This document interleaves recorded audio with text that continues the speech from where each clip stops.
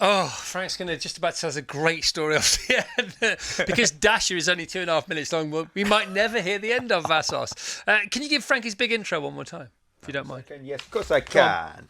You have our next guest to thank for some of your biggest laughs, and along with our last guest for your favourite footy song. His latest stand-up show, 30 Years of Dirt, is being extended with 44 more dates. So let's back ourselves a winner and welcome Frank Skinner. Nice one.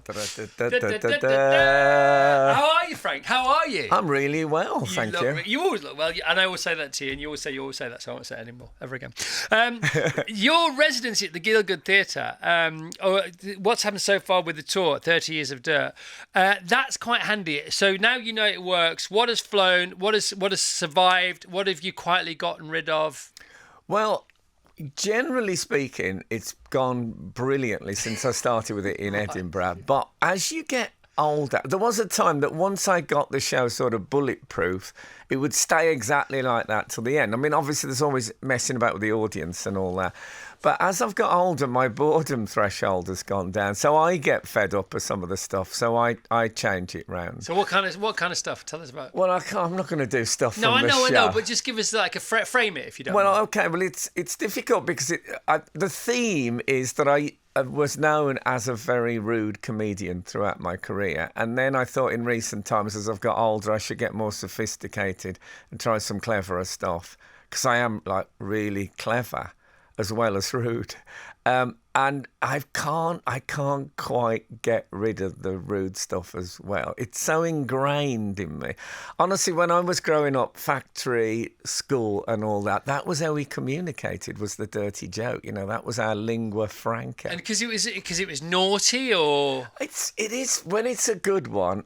It's so funny and everybody gets it, because it doesn't matter if you're the king or if you're working in a pub, you know, sexual things tend to just cuts through. Yeah, exactly. And so who was the funniest person you knew then around that time? Was it a relative? Was it a mate? Was it somebody on the telly? Or well, our Keith, who's my brother, is a very, very funny bloke. Yeah. And I quote him in the show now, and I think given the right circumstances, he could have been a comic. Rather than worked in as a sheet metal worker. But has he got funny bones then? Is he one of those funny people? He is. He's properly funny. But there was there's always blokes that, you know, you work with and you think, God, you could have been that person. And because they are naturally funny, whatever that means, it's almost like they don't need to be, because they're just having a nice time anyway. Well, I don't know if you've ever seen Mr. Saturday Night, that film with Billy Crystal. And he becomes a big star and his brother becomes his agent. And he said, when they're kids, they're a double act. And his brother said, I could have been where you are. And he said, no, you're living room funny. But you can't do it out there. Yeah. And doing it out there is what counts. It's like these snooker players.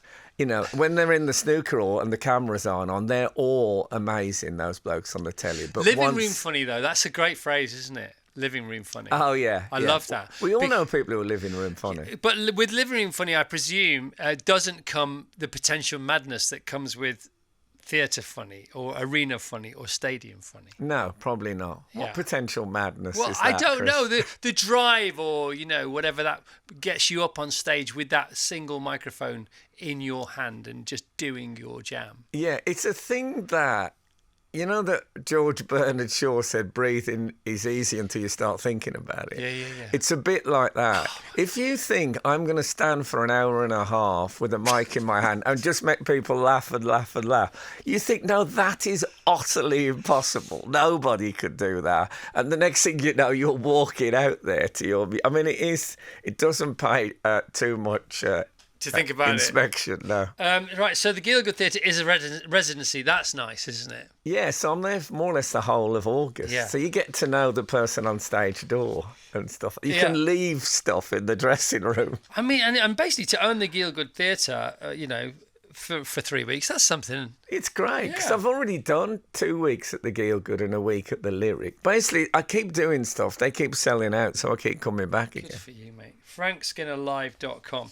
All right, so then you're taking it to all over the country, 40-odd added dates. Guildford, Bradford, Southampton, Bristol, Bournemouth, Clacton, Dartford, Eastbourne, Stevenage. I thought it was in alphabetical order, then they throw an S in, because it is up to there. I thought you were going to do a Steve Wright then and read the whole I'm happy thing. to do that. Don't do Should it. we do it in No, honour don't of do it. Steve? Yeah, Don't I'm going to do do it now. Brighton, Isle of Man, Northampton, Coventry, Salford, Birmingham, Glasgow, Newcastle, Liverpool, Dorking, Reading, Hull, Isle of Wight, Wolverhampton. Especially for Steve Wright. Round of applause for Steve Wright. Come on. Oh, God, yes. Come on. Big round of applause for Steve. Super cool. Man. Tipping points in your career. I know you've told this story before, but it's a good story. 1987, you spent 400 quid of your last £435 booking a room at the Edinburgh Fringe Festival. Yes. Obviously that's a sliding doors moment, but there are many more. But can I say, when I booked that room Yes. at the Edinburgh Festival, I had never done a second of stand-up in my life. I'd Right. never been on stage Okay. doing comedy. Tell us about that thought process. So I went to Edinburgh in a play. I was playing a hard-bitten Cockney copper in a play. And I went to see, I'd never seen any so-called alternative comedy. And I went to this thing called the 12:12 Cabaret, which started at 12 minutes past midnight. And one of the acts on was a double act called Black and Badil. It was Dave was in a double act there. But basically, I'd never seen this stuff before, and it blew me away. And before I left the show, I would say 20 minutes into that show, I thought, this is what I want to do. This is it. So when I got back, and I mean literally the week I got back to Birmingham, I phoned this company called TikTok, and I booked. Yeah, I know. Yeah, it wasn't them. They were from Coventry, and I booked. And I remember. He said, "How long do you want to book it?" And I said, "What, 2 hours?" He said, "I wouldn't do 2 hours." He said, "People generally just do an hour." I said, "Okay, I'll do an hour."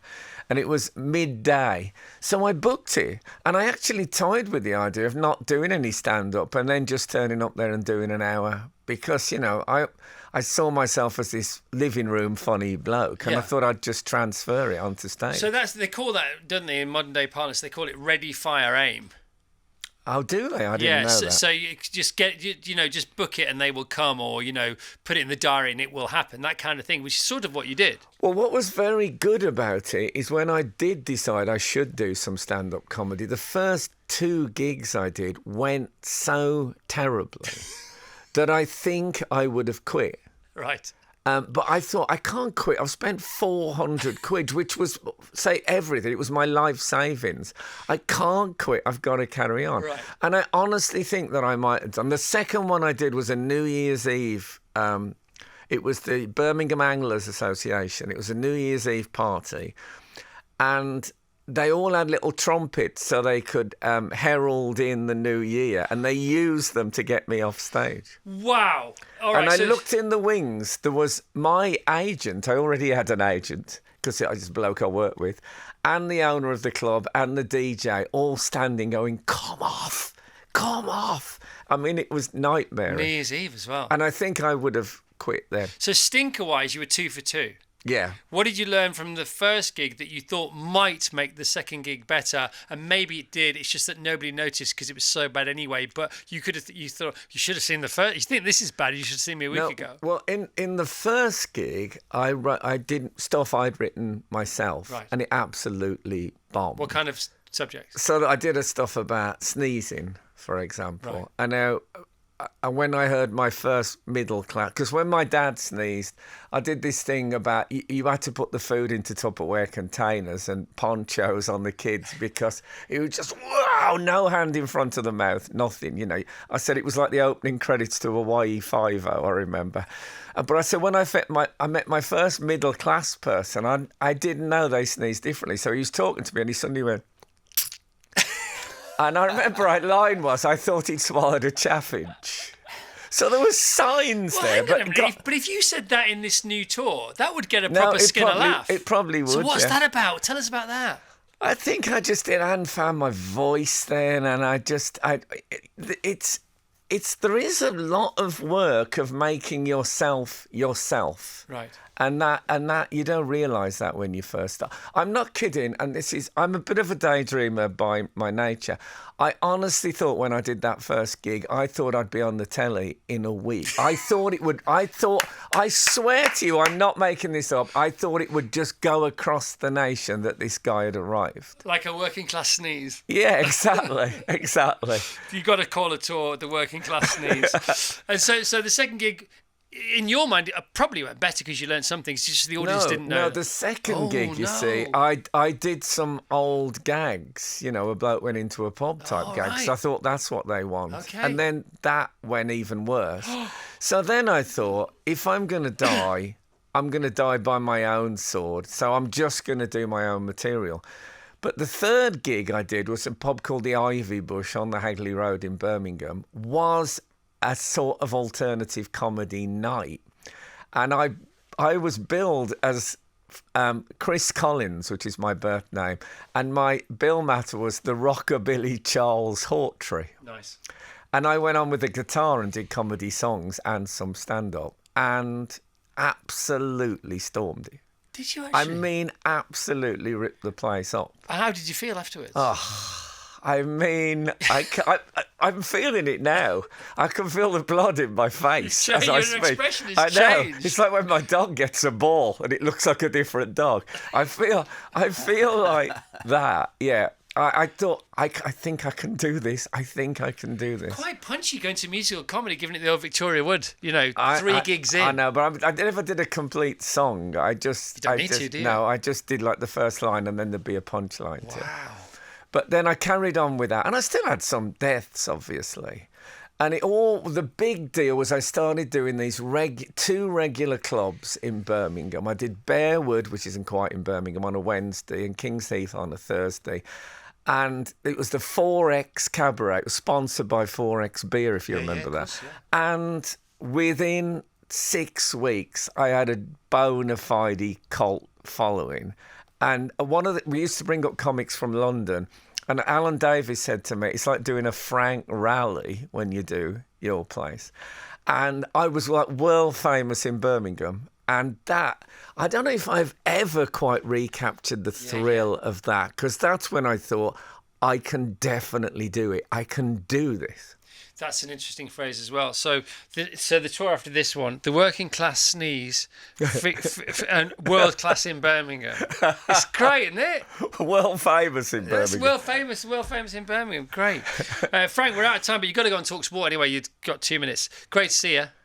Great to see you, RSF. Great to see you, seriously, I Frank. always feel like we were 2 old war veterans that got through the 90s together. Yeah, still going, mate. Yeah, still going. Still going. You've still got a radio show. It's all right for some. Yeah, I know. I could have talked to you. I didn't want to go there, to be honest. I don't care anymore. But anyway, I'm at the Gilgood in August. Come and see me. Come and see him there. FrankSkinnerLive.com, 30 years of dirt.